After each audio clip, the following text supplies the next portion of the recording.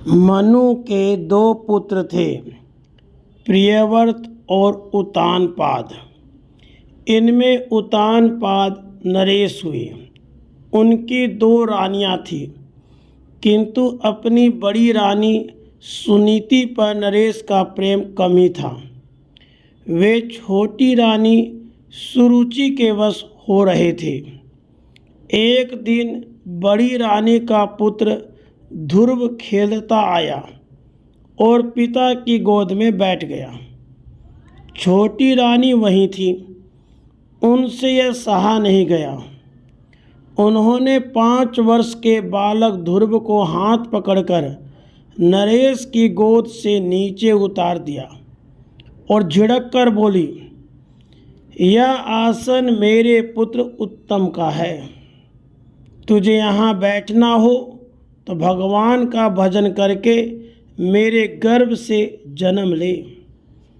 बड़ी कड़ी बात थी। नन्हे बालक को कहा जा रहा था, पिता की गोद या सिंहासन पर बैठने के लिए मरना होगा और फिर विमाता के गर्भ से उत्पन्न होना होगा। पिता ने भी बालक के अपमान को रोका नहीं। ध्रुव अंततः सम्राट का कुमार था। अपमान से क्षुब्ध रोता हुआ चल पड़ा वहाँ से। नन्हा बालक कहाँ जाए? माता ही एकमात्र उसका आश्रय स्थान ठहरी। पति प्रेम वंचिता रानी सुनीति ने हृदय पे पत्थर रखकर सब सुना।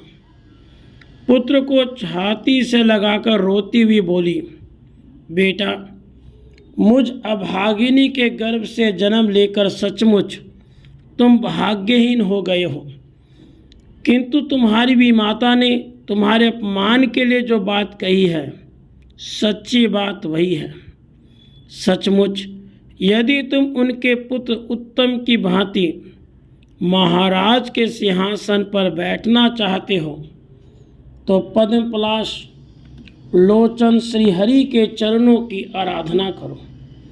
तुम्हारे पितामह मनु ने उन नारायण की आराधना से ही श्रेष्ठ पद पाया।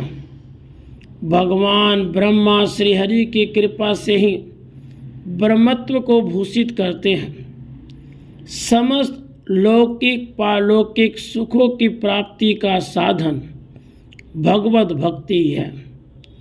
बालक ध्रुव को जैसे मार्ग मिल गया।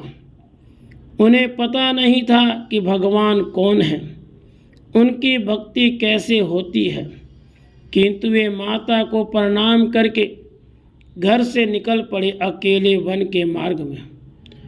ध्रुव को कुछ पता हो या न हो, ध्रुव जिसे पाने निकले थे उसे तो सब पता रहता है। कोई सचमुच उसे पाने चले और उसे मार्ग न मिले, यह संभव नहीं है। भगवान नारायण के मन के ही अंश हैं देवर्षि नारद जी। ध्रुव के वन में पहुँचते न पहुँचते वीणा बजाते हुए उनके सम्मुख मार्ग में आ खड़े हुए। बालक ध्रुव ने देवर्षि को प्रणाम किया। देवर्षि ने उनके मस्तक पर हाथ रखा, पुचकारा और सब बातें पूछकर समझाया। अभी तो तुम बच्चे हो, बालकों का क्या अपमान और क्या सम्मान। घर लौट चलो, मैं तुम्हारे पिता को समझा देता हूँ। यह तपस्या और उपासना का मार्ग बड़ा कठोर है। समय आएगा, बड़े होगे तुम और तब यह सब भी कर लोगे। ध्रुव बच्चे थे किंतु कच्चे नहीं थे। उनका निश्चय तो सम्राट कुमार का निश्चय था। बड़ी नम्रता से उन्होंने निवेदन किया, मुझे तो ऐसा पद चाहिए जो मेरे पिता पितामह या और किसी को भी नहीं मिला है। ऐसा पद भी मुझे प्राप्त करना है केवल श्रीहरि से। आपने कृपा करके दर्शन दिया है, तब इस उद्देश्य की सिद्धि का साधन भी बता दीजिए। देवर्षि प्रसन्न हो गए इस दृढ़ता से। उन्होंने कहा, तुम्हारी माता ने तुम्हें ठीक मार्ग बतलाया है, किसी को कोई पुरुषार्थ अभिष्ट हो, उसकी प्राप्ति का सर्वोत्तम साधन नारायण भगवान की आराधना ही है। देवर्षि ने कृपा करके 12 अक्षर मंत्र का उपदेश किया। मथुरा जाकर भगवान की पूजा करने का आदेश दिया। कहाँ तो महाराज उतानपाद ध्रुव को गोद में से हटाए जाने पर चुप बैठे रहे, और कहाँ अब वे ही ध्रुव के वन में जाने के समाचार से अत्यंत व्याकुल हो उठे। उन्हें भूख प्यास निद्रा सब भूल गई। ध्रुव लौटे तो उन्हें सर्वस्व दे दे, यही सोचने लगे। देवर्षि नारद ध्रुव को मथुरा भेजकर महाराज के पास आए और उन्हें आश्वासन दिया।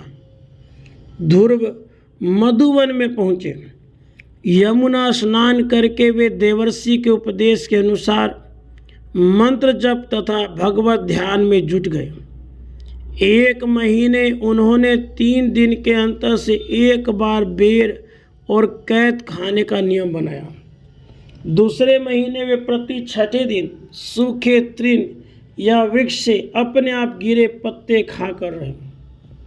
तीसरे महीने 9 दिन के अंतर से एक बार केवल जल पी लेते थे, और चौथे महीने तो 12 दान बीतने पर एक बार श्वास लेना मात्र उनका व्रत बन गया। चौथा महीना बीता और ध्रुव ने श्वास लेना भी बंद कर दिया। एक पैर से निश्चल निस्पंद खड़ा अखंड ध्यान मग्न था वह क्षत्रिय कुमार। बादल गरजे, बिजली टूटी, ओढ़े पड़े सिंह और अजगर दहाड़ते फुंकारते आए। व्यर्थ था माया का यह सब प्रपंच। ध्रुव तो ऐसे दृढ़ शैल थे कि उस पर मस्तक पटककर माइक प्रपंच स्वयं नष्ट हो जाते थे। अंत में माता सुनीति का रूप बनाकर माया पुकारती आई, बेटा ध्रुव लौट चल बेटा। पर ध्रुव के बंद पलक न हिले। देवता छटपटा रहे थे, वे प्रत्येक देह में हैं।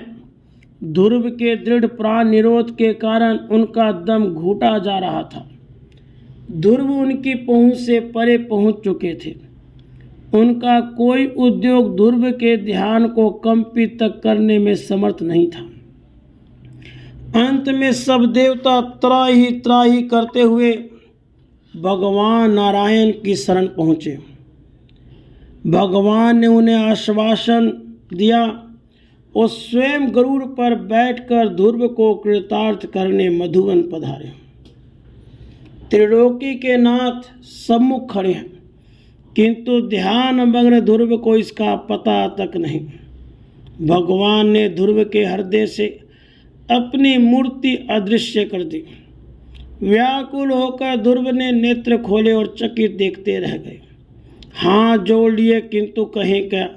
बहुत इच्छा है स्तुति करने की, पर स्तुति करनी आती नहीं। सर्वज्ञ प्रभु हंस पड़े। अपने निखिल वेद में शंख का बालक के कपोल से स्पर्श कर दिया। सरस्वती जागृत हो गई, वाणी खुल पड़ी, ध्रुव स्तुति करने लगे।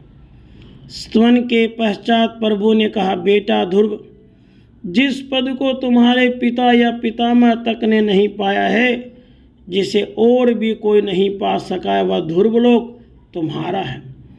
अभी तो तुम घर जाओ, पिता के बाद पैतृक सिंहासन को भूषित करना। धरा का राज्य भोगकर यहाँ का समय समाप्त होने पर तुम सशरीर उस मेरे दिव्य लोक में निवास करोगे।